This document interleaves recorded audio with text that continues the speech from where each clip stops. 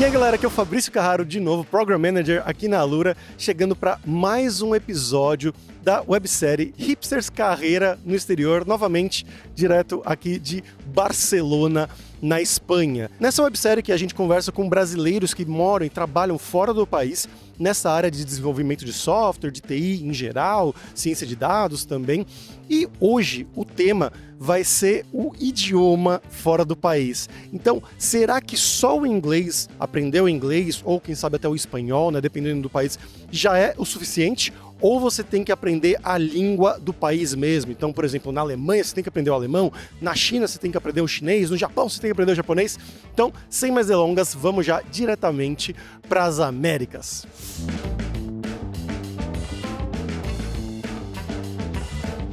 Aqui nos Estados Unidos é fácil. Em inglês, né? Então você não vai conseguir trabalhar aqui se você não souber inglês, né? Você não vai conseguir trabalhar com tecnologia. As chances de você conseguir um emprego com tecnologia aqui sem falar inglês são praticamente nulas, né? Então tem que falar inglês, não tem opção. Talvez seja diferente de países na Europa, onde o pessoal sabe que é mais difícil você aprender as línguas específicas, né? Mas aqui, para você vir trabalhar aqui, para vir trabalhar com tecnologia aqui, você vai ter que saber inglês, né? As chances de você vir para cá sem saber nada de inglês e conseguir um emprego são praticamente nenhuma, né? E se for com visto de trabalho, menos ainda, né? Se for para entrevista e você não fala nada de inglês, eles com certeza não vão dar o visto de trabalho para você. Então, acho que essa é uma das grandes diferenças aqui dos Estados Unidos, talvez para outros países, né? Que tem essa facilidade que você pode falar inglês e não falar a língua local, né, e conseguir se virar. Aqui nos Estados Unidos não tem opção, né? Você vai ter que falar inglês para conseguir emprego, vai ter que falar inglês para o processo de visto, e é possível, né, você fazer muita coisa aqui sem você falar a língua, né? A gente tem comunidades latinas, né? Tem comunidades de asiáticos, onde você vai encontrar muita gente que não fala inglês, né? Eles só falam as suas próprias línguas.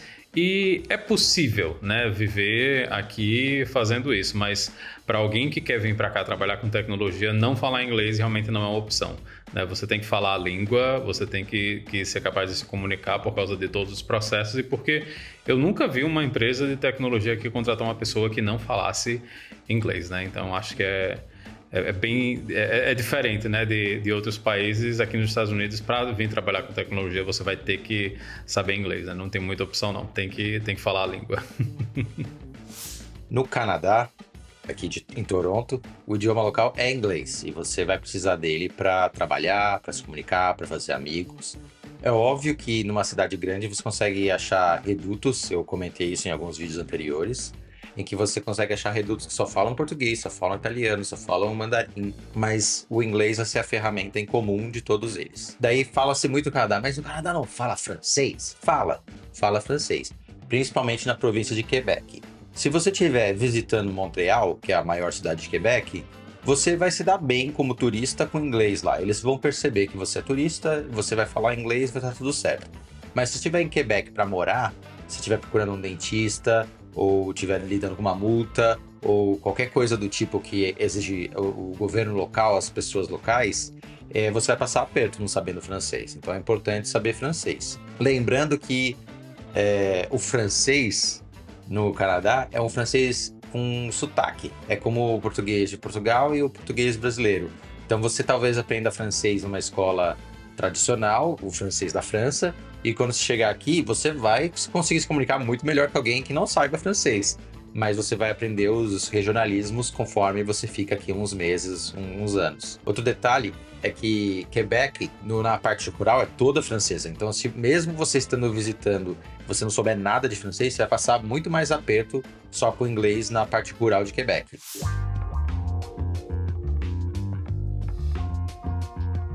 Bom, então tá na hora de a gente conversar um bocadinho agora sobre idioma. E aqui em Portugal, obviamente, se fala português. Porém, é bem diferente do que a gente fala no Brasil e mais diferente ainda dependendo da região da onde você vem lá do Brasil. Então, por exemplo, eu que sou do Rio, para mim uma das coisas que pegam muito é que no Rio tudo é você, e quando a gente usa tu, às vezes a gente não conjuga perfeitamente o verbo. Então, por exemplo, se eu quero perguntar se você vai em algum lugar, é fácil ali na hora que a gente está falando, falar assim, pô, tu vai em algum lugar? E aqui o pessoal fala mesmo, tu vais, conjuga corretamente, mesmo na língua falada, coisa que lá no Rio a gente dá uma comida aí nesses S's aí do final. Tem a parte de gerúndio e infinitivo, que é bem diferente também. A gente fala muito gerúndio no Brasil, então a gente está falando, cantando, dançando, programando, e aqui a gente está a dançar, está a falar, está a programar, está a escrever. Então, a conjugação do verbo é diferente. Isso não gera uma barreira linguística, porque de um lado para o outro é fácil entender o que está sendo dito. Então, se a gente diz para alguém daqui que a gente está falando, a pessoa vai entender perfeitamente. Do mesmo jeito, se alguém disser para a gente estou a falar, a gente também entende o que está acontecendo. Então, mesmo é uma diferença aqui de hábito. Enquanto aqui usa-se mais o infinitivo, no Brasil a gente usa mais gerúndio. E agora a gente pode emendar nas expressões de dia a dia, que são diferentes, porque as coisas têm nomes diferentes. Então, quando a gente vai pegar um ônibus no ponto de ônibus, a gente vai apanhar um autocarro na paragem. Ou seja, nomes diferentes para coisas que a gente tem lá no Brasil. Ônibus é autocarro, ponto de ônibus é paragem e por aí vai. A gente tem, por exemplo, o metrô no Brasil é o metro aqui, o trem no Brasil é o comboio aqui. Então, repara que tem bastante diferença, mas de novo, com o tempo você vai se acostumando e a coisa vai soando mais natural.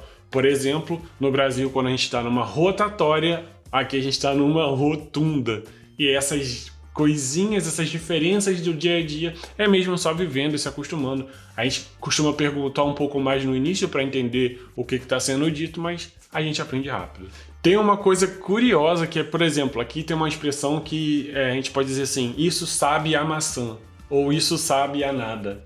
Isso tem a ver com o sabor das coisas. Isso sabe a maçã, isso tem sabor de maçã. Isso sabe a nada, isso não tem gosto de nada. Então é uma forma de usar essa conjugação do verbo diferente e uma aplicação totalmente diferente do que a gente vê no Brasil. E tem também a parte de acentuação. Enquanto no Brasil a gente usa muito o acento circunflexo, então, por exemplo, bebê e econômica, aqui usa-se o acento agudo, então vai virar bebê e econômica. Então tem algumas diferenças de escrita e de fala, e isso com o tempo a gente vai percebendo, tanto por osmose, de estar percebendo ali o que a pessoa está falando que está do lado, quanto pegar mesmo gíria, do tipo tais a ver, ou se calhar, isso é giro, isso é fiche. Então são expressões do dia a dia que a gente vai às vezes incorporando. Eu ainda tento assim me manter aqui no meu português original de fábrica, mas de vez em quando sai alguma coisa e eu acho que é sobre isso e tá tudo bem.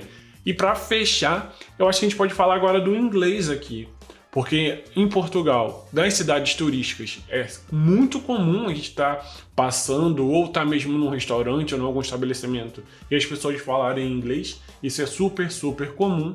E a nível de trabalho, na minha perspectiva, as vagas mais interessantes exigem o uso, né, esse pré-requisito que é falar inglês. Não precisa ser fluente, falar perfeitamente, mas precisa saber se comunicar. Seja para falar ali de um status report, né, do que está acontecendo no trabalho, ou uma conversinha assim de 5 minutos antes da dele começar e falar se está tudo bem, o que fez no final de semana e coisas desse tipo. As vagas mais bacanas pedem o inglês, porque provavelmente ou são para você trabalhar direto para uma empresa de fora de Portugal ou para uma empresa de Portugal que presta serviço para fora. Então, essas são as dicas que eu posso te dar sobre o português de Portugal e sobre o inglês aqui na Terrinha. Bom, então, sobre a pergunta do idioma local em inglês, aqui é 100% idioma local, que é o espanhol. Nesse caso é o castelhano, né? Porque aqui na Espanha a gente tem mais 3 idiomas cooficiais, que o castelhano é o idioma oficial, então tem, além dele, o galego, que é o próprio dialeto que fala aqui na Galícia, tem o catalão, que se fala na Catalunha, e tem o euskera, que se fala no País Vasco. E aqui na Galícia se fala bastante o galego, principalmente quando você vai assim numa panaderia, no supermercado. Se você mora num pueblo também, em lugares lugares pequenos, se fala mais o galego.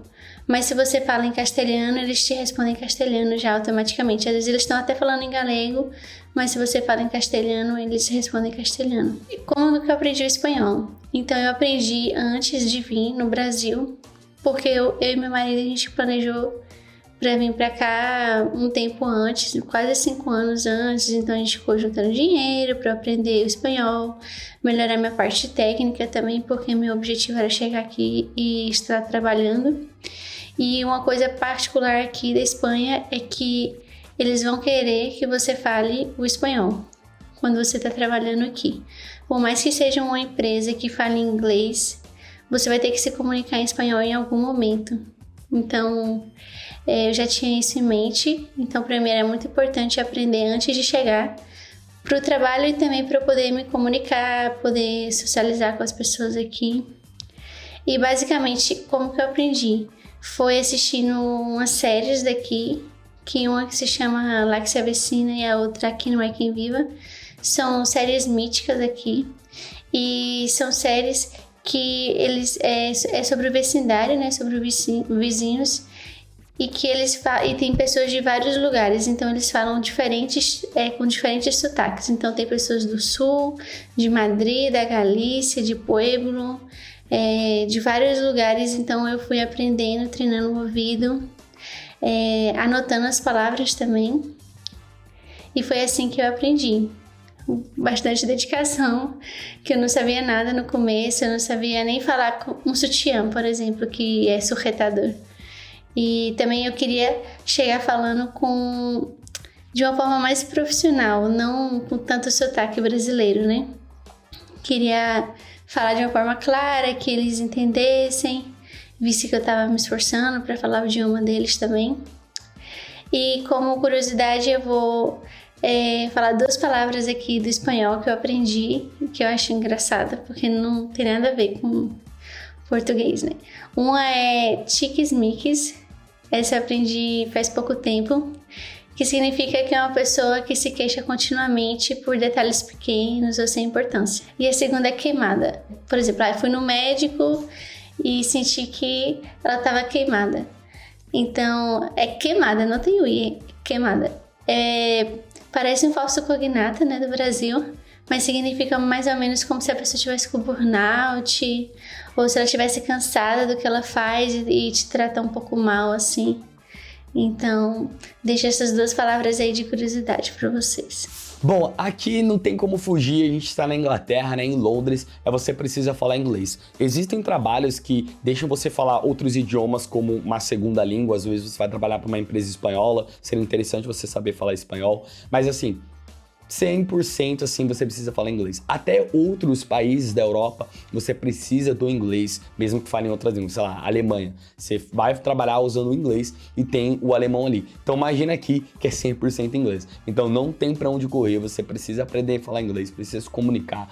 E não é aquele inglês, meu Deus do céu, perfeito. Você falando o que você quer, passando a informação que você precisa, que você quer que a outra pessoa entenda, a pessoa entendendo do jeito que você falou, tá ok, vamos para abraço, vamos se abraçar, vamos todo mundo festejar, porque a comunicação tá feita. Então não precisa ficar, cara, preciso ter inglês perfeito, etc, etc. Não precisa ter isso, beleza? Eu mesmo consegui um trabalho aqui com menos de um mês sem falar inglês, só, sabe, praticando, focando no que realmente eu precisava falar inglês, e é isso. Se me perguntarem, cara, vamos falar sobre carro em inglês, eu não vou entender e não vou saber nada, beleza? Mas no mais, inglês assim é obrigatório.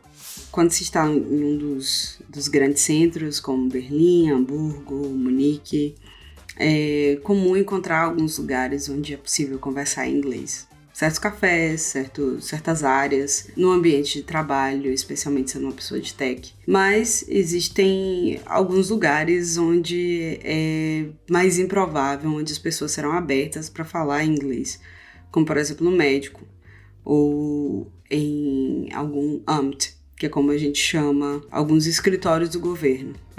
No médico, por exemplo, o médico pode falar em inglês, mas é pouco provável que a pessoa da recepção, ou enfermeiros, ou outras pessoas se sintam abertos a falar em inglês. Muitas vezes a questão não é a pessoa saber falar inglês ou não, mas querer falar inglês. As pessoas, de modo geral, na Alemanha, falando de maneira bem generalizada, não gostam muito de falar inglês, de não falar alemão no próprio país. Então, frequentemente, as pessoas reclamam de ter que falar inglês e acontece algo bem interessante. Quando você é novo no idioma alemão e você tenta praticar, pelo menos aqui em Berlim, e como já ouvi em vários outros lugares, em grandes centros, as pessoas imediatamente trocam para o inglês. Então as pessoas não têm paciência com quem está começando no alemão e ao mesmo tempo não querem falar inglês de primeira. Então a minha estratégia principalmente quando eu estou numa situação onde eu preciso falar sobre um assunto mais complexo, tipo ir ao médico ou falar ao telefone, que é para mim uma situação mais desafiadora para falar em alemão, já que eu não estou vendo, não posso fazer a leitura labial, eu pergunto em alemão se eu posso falar inglês com aquela pessoa e isso acaba quebrando o gelo. Ou às vezes também eu tento falar em alemão, a pessoa vê que eu tô tendo dificuldade com algumas partes ou com vocabulário e a gente acaba mesclando parte da conversa em inglês e alemão. Mas isso depende muito de onde você tá, com quem você tá falando, mas via de regra mais ou menos assim. Uma coisa que é interessante é que em cidades menores na Alemanha, a experiência que eu tive foi que foi muito mais fácil tentar falar em alemão com as outras pessoas. As pessoas eram muito mais pacientes com quem estava começando no idioma. Bom, na Suécia, eu diria que eu acho que eu nunca conversei com ninguém que falou pra mim, eu queria muito aprender sueco, né? Eu já tive uma época que eu gostaria muito, tipo assim, naturalmente de aprender sueco, mas não é uma língua que você vai usar pra muita coisa, né? Sendo sincero, acho que pra nada. Tanto é que aqui na Suécia, todas as pessoas, acho que a partir de 1970, falam inglês, basicamente fluente, assim. Então, você consegue se comunicar com qualquer pessoa aqui em inglês, sem problemas. E isso é um grande problema para quem tá vindo, na verdade, né? Porque se você quer aprender sueco, você não consegue. Porque se você tá aprendendo sueco, por exemplo, e aí você vai falar uma frase e essa frase sai meio estranha, ou então se é alguma coisa diferente, para quem tá aprendendo, eles já trocam pro inglês logo de cara e segue a vida, né? Então você pode continuar assim falando em sueco, eles respondendo em inglês, até porque eles também querem treinar o inglês deles, mas é uma parada bem diferente, né? Então eles falam primariamente o sueco, porém, não é todo mundo tipo, praticamente todo mundo que você chegar vai conseguir falar inglês com você numa boa, né? Então, você não precisa necessariamente aprender a língua. Eu tô aqui há 3 anos, por exemplo, e eu não sei totalmente a língua. Mas a língua não é eu estou aprendendo também, né? Mas não é uma língua muito complexa de aprender. Ela é muito parecida com o inglês e muito parecida com o alemão. Então, se você sabe os dois, você meio que já tem 80% do sueco desvendado ali. Mas eu não sei alemão, então, por exemplo, como você sabe só inglês, você tem, sei lá, uns 40% ali. A estrutura é muito parecida, algumas palavras são iguais, mas algumas palavras são muito diferentes. E fora que existem sons que a gente não tem, né? O sueco tem 3 letras a mais no alfabeto, que é o A com trema, o O com trema e o A com a bolinha em cima, né? Então, você tem que aprender a fazer esses sons. Alguns desses sons não são os mesmos quando você tá com uma vogal antes, ou então uma consoante antes, dependendo do lugar. Então, você tem que aprender todas essas regras, né? E algumas que não têm regras, né? São coisas que simplesmente são irregulares e é isso aí, né? Mas não é uma língua super difícil de aprender se você se esforçar. Inclusive, para aprender a língua, dá para aprender a língua usando programas do governo, como o SFI, né? Que é Swedish for Immigrants, que você consegue aprender sueco e tal, e também tem outras versões mais focadas, né, que você fica 4 horas, 5 horas, assim, mais intensivas para você aprender de fato com um pouco mais rápido, né? E aí também tem, claro, universidades, assim, que você também pode entrar em cursos de fato de sueco e sair falando, né, focados em pronúncia e tudo mais. Então eles ativamente querem que as pessoas aprendam.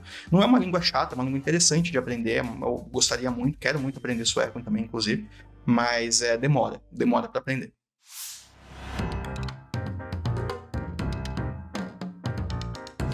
Aqui na África do Sul existem 12 línguas oficiais, uma delas sendo uma língua de sinais, que foi desenvolvida aqui. O inglês, ele é a língua, digamos, padrão, assim, a língua que conecta todo mundo aqui, então, desde órgãos do governo, a restaurantes, as comunicações oficiais, elas são feitas em inglês, então as pessoas já estão acostumadas a se comunicar em inglês quando a língua materna não é a mesma. Além delas, existem 9 línguas de tribos originárias aqui da África do Sul e uma língua de colonos holandeses que se assentavam aqui há séculos atrás. Essas línguas, a proporção de pessoas que falam, elas vão variar de região para região. Então, por exemplo, na região onde eu moro, além do inglês, tem muita gente que fala o afrikaans e fala o Xhosa. O Xhosa, um detalhe interessante, ele é a língua de cliques. Vocês podem procurar na internet. Um dos fonemas é um clique feito com a língua dentro da boca. Eu não consigo fazer, já tentei, é bem complicado, mas é bem interessante você ouvir as pessoas falando essa língua, porque é algo bem diferente. No geral, como falei aqui, as pessoas já estão acostumadas a se comunicar em inglês. Nas escolas, a maioria das escolas, a língua padrão também é o inglês, então você é educado em inglês ao longo dos seus estudos, mas as pessoas são incentivadas a também aprender outras línguas enquanto são educadas. Então, não é incomum aqui na África do Sul uma pessoa que fala pelo menos 3 línguas, porque ela vai ter uma língua materna que ela fala em casa, ela vai ter o inglês que ela vai aprender tanto na escola quanto na rua, e muita gente escolhe também aprender uma terceira língua ao longo dos seus estudos. É até interessante quando a gente que é brasileiro e que quase ninguém está acostumado assim, a falar inglês, a maioria teve que falar inglês quando saiu do Brasil. Quando a gente fala aqui no Brasil, as pessoas não falam inglês, a gente só fala português. E o pessoal acha isso estranho. Aqui na África do Sul, por mais que todo mundo fala inglês, ainda tem produção de conteúdo em diversas línguas. Então, se você está usando rádio, por exemplo, existem rádios falando em diversas línguas além do inglês. E até ao longo do show, às vezes o cara muda a língua, o que é bem engraçado, não sei como é que as pessoas lidam com isso aqui, mas tu acaba encontrando produção de conteúdo em diversas línguas também além do inglês. Ano passado teve o Mundial de Rugby e existiam canais que se falava a transmissão era em afrikaans, então os comentaristas falavam afrikaans. Tinha canais que a transmissão e os comentaristas falavam em inglês, e alguns canais que os comentaristas falavam em Xhosa, Zulu ou outras línguas. Em uma das transmissões, aliás, eles ficavam alternando na mesma transmissão, então parte da transmissão os comentaristas estavam falando inglês, depois eles mudavam para o afrikaans, depois mudavam para o Xhosa e por aí vai. É algo bem engraçado e até diferente assim, de países que só têm uma única língua materna.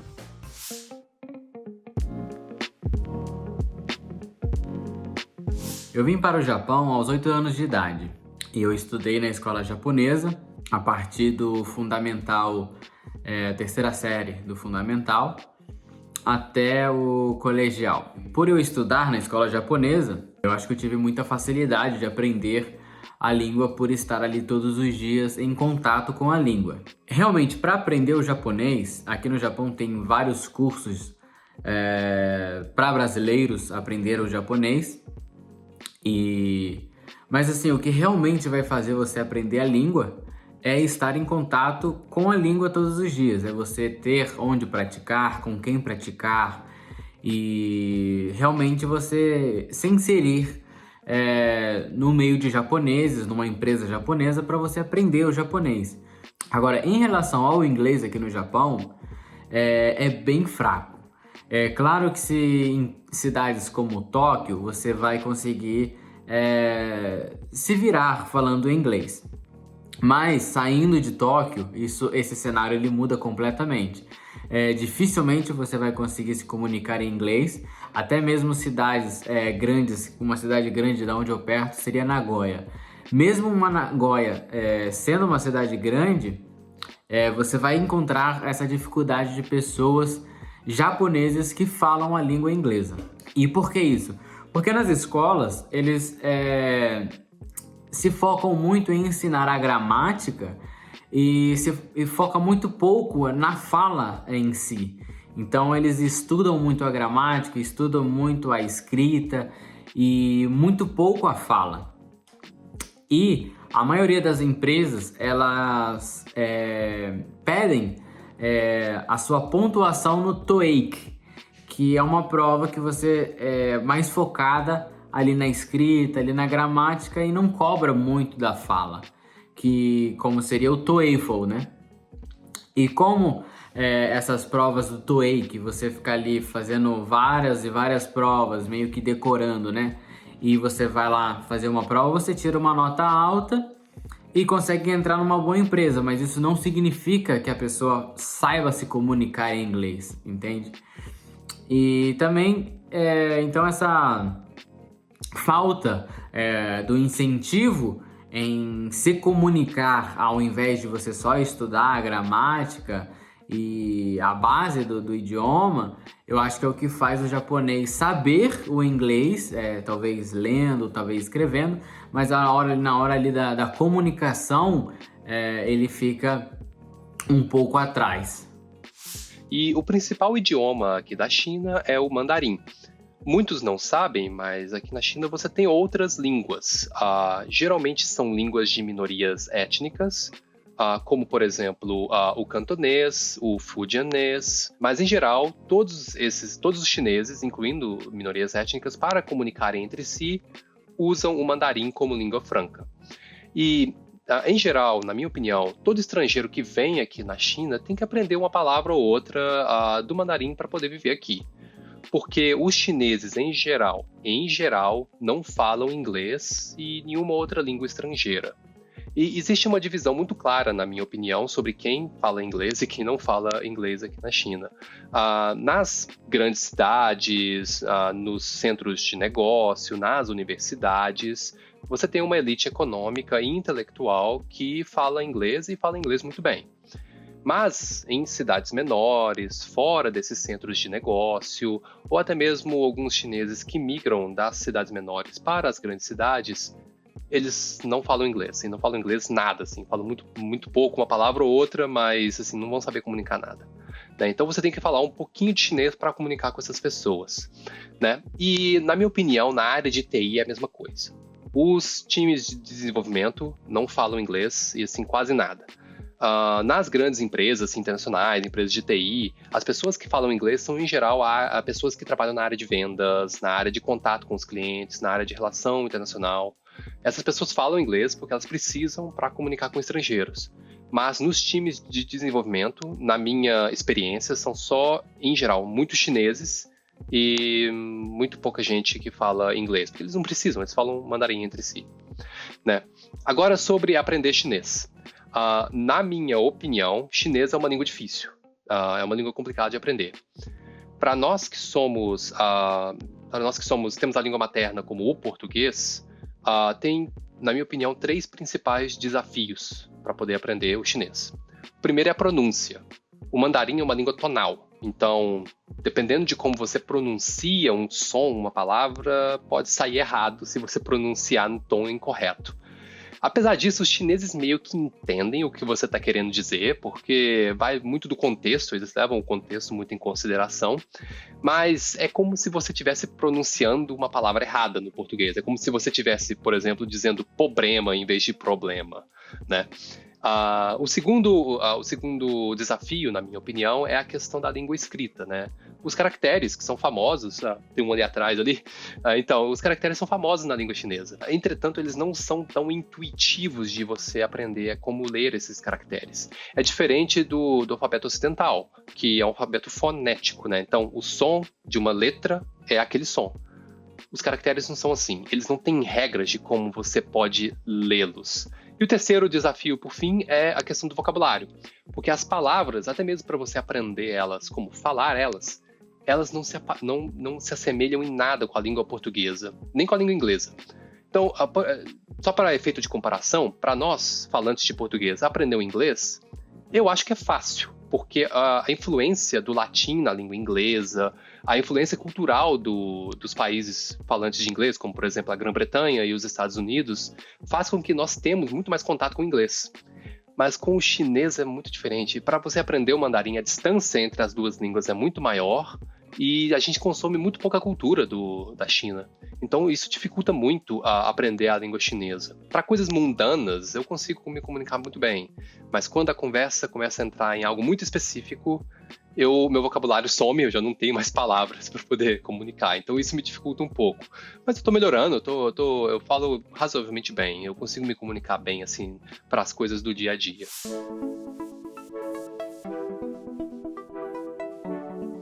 Nesse meu processo de estar aprendendo o idioma da Austrália, eu não tive que estar aprendendo um idioma local diferente do idioma que eu já estudava no Brasil. A minha vida inteira no Brasil eu fiz curso em inglês. Na escola, a língua que eu escolhia era o inglês. Quando eu fiz Enem, quando eu fiz as provas do Brasil, geralmente eu optava pelo inglês. Foi uma língua que eu sempre tive contato na minha vida, uma língua que eu sempre pratiquei na minha vida escutando música, jogando jogos online, codando. Então não foi uma língua que eu aprendi do zero. Porém, antes de chegar aqui na Austrália, em 2022, eu achava que eu tinha um inglês avançado, vamos dizer assim, porque como eu tinha feito inglês a minha vida inteira, eu acreditava que eu tinha um inglês não tão avançado, mas eu não achava que eu estava no intermediário. E quando eu cheguei aqui na Austrália, como eu vim para fazer curso em inglês, a primeira semana que eu vim aqui eu tive um nivelamento, eu tive uma prova, eu tive que conversar com o professor e fazer uma prova escrita em inglês. E foi aí que eu percebi que meu inglês era muito ruim, que o inglês que a gente aprende no Brasil, o inglês da escola do Brasil, não é um inglês muito real do mundo, da vida real, sabe? O inglês que a gente aprende no Brasil, o professor tá falando geralmente as palavras com os tons corretinho, falando as palavras devagar, sem ter sotaque, sem ter as gírias da localidade. É um inglês muito voltado para o inglês americano, quanto na Austrália, apesar de ter muita influência do inglês americano, é um inglês que vem do inglês da Inglaterra. Então tem as suas diferenças, tem as suas localidades, vamos dizer assim. E aí acabou que eu fiz o processo de nivelamento e eu caí na turma de intermediário, que eu não achava que eu tinha esse inglês, mas eles estavam certos. Quando eu comecei com o decorrer da vida na Austrália, conversar com pessoas, quando eu entrei no processo da minha primeira empresa, que foi com 2 semanas de Austrália, conversar com um time, tentar fazer um planejamento, fazer as reuniões, eu vi que estava sendo muito difícil entender, principalmente quando eu estava em reuniões com muitas pessoas de diferentes sotaques. No começo, esse processo foi muito difícil, assim, eu tinha que me concentrar muito e eu sofria muito de um cansaço que eu nunca tinha tido antes na minha vida, que é o cansaço mental de o tempo inteiro você estar concentrado no que a pessoa está falando e concentrado no que você vai falar, então sua mente não descansa, justamente para conseguir compreender o que a pessoa estava falando e ser compreendido, e eu não conseguia compreender tudo. Muitas das vezes eu fiz algumas reuniões que eu entendia pedaços do que estava acontecendo e aí eu perguntava geralmente no chat algumas coisas e aí eu conseguia ter respostas em texto e eu conseguia traduzir e entender o que estava sendo pedido, principalmente no começo do meu trabalho, como eu comecei a trabalhar logo na Austrália bem cedo, com 2 semanas, então isso foi bem no começo que eu estava aprendendo inglês no curso que eu fui para a Austrália estudar, que era o General English, né? Inglês geral, do dia a dia. Eu acho que eu fiquei uns 3 meses assim até eu começar a não ficar com a cabeça cansada de ficar pensando em inglês o dia inteiro. Eu só queria chegar em casa e ficar em silêncio, não falar com ninguém. Ou falar com o meu housemate, que também é brasileiro, e falar em português, que o português eu não tenho que pensar, né? Sai automático. E logo quando eu fui fazendo uns 3 meses trabalhando, você começa a se acostumar com o sotaque das pessoas. Eu já tinha 3 meses num curso que eu fazia todo dia, praticando todo dia inglês, vivendo no país. Então você começa a se acostumar com a língua. Parece que o listening, o escutar, começa a ficar cada vez mais apurado e você começa a se acostumar com as pessoas falando com sotaques diferentes. Um dos pontos também que me ajudou foi ali no começo, com uns 3 meses, eu comecei a criar amizades australianas, amizades com nativos, e aí eu comecei a acrescentar meu vocabulário, entender como eles abreviam as coisas, entender como eles falam, tentando cada vez mais me inserir na sociedade australiana, seja escutar, ver o jornal, coisa que eu não fazia no Brasil, mas ver um jornal, ver uma notícia, ler uma notícia. Outro ponto que eu fiz bastante é começar a ler livros em inglês. Eu nunca tinha lido livros em inglês. Então é isso, pessoal. Esses foram os pontos que me ajudaram no processo de aprender o idioma local aqui da Austrália, que é o inglês. Graças a Deus eu não tive que aprender uma outra língua que eu nunca tinha visto, eu já tinha tido algum contato, isso ajudou bastante. Mas, resumindo, não é um processo tão difícil, mas é um processo cansativo, é um processo que tem que ter dedicação e você não pode levar como se você fosse aprender automaticamente. Até porque, como você aprende C, JavaScript, Python, que é uma linguagem que você tem que sentar e praticar ali, o inglês é a mesma coisa. Você tem que praticar, sentar e dar a devida atenção. Bom, pessoal, espero que vocês tenham gostado de mais esse episódio da websérie Hipsters Carreira no Exterior. E se você gostou, a gente tem aqui na nossa casa, no Aluraverso, o podcast Dev Sem Fronteiras, onde eu, Fabrício Carraro, toda semana bato um papo com pessoas como essas que a gente viu aqui hoje, mas é sempre uma pessoa só por episódio. Então vai lá em Dev Sem Fronteiras. E também, se você quer saber as notícias, novidades de tecnologia, você pode seguir a gente lá no novo Instagram do hipsters.tech por extenso. O link está aqui na descrição desse episódio também. E se você quer aprender um idioma, que é muito necessário, como vocês viram, né? O inglês ou o espanhol são essenciais para trabalhar fora do país ou trabalhar ainda dentro do Brasil para fora do país, você pode fazer isso aqui na Alura Língua, onde a gente tem cursos de inglês e de espanhol, desde o nível iniciante até o nível avançado. E para o inglês, a gente também tem o curso Inglês para Devs, que é focado exatamente em entrevistas de emprego em inglês, reuniões de trabalho em inglês, pessoas com diferentes sotaques, né, da Índia, da Inglaterra, da Polônia, da Alemanha, que é uma coisa que vocês vão encontrar no mercado de trabalho. E para assinar a Alura Língua é muito fácil, você pode ir diretamente lá em aluralingua.com.br ou também dentro da própria Alura você pode assinar o Plano Pro, que aí você vai ter acesso tanto à Alura Língua, mas também à Aluri, que é a inteligência artificial da Alura, que vai te ajudar a estudar nos cursos de programação back-end, front-end, ciência de dados, gestão, vai ser esse auxiliar ali durante os seus estudos. Mas por hoje é isso, pessoal, a gente se vê aqui semana que vem em mais um episódio da websérie Hipsters Carreira no Exterior. Até mais, pessoal. Tchau, tchau.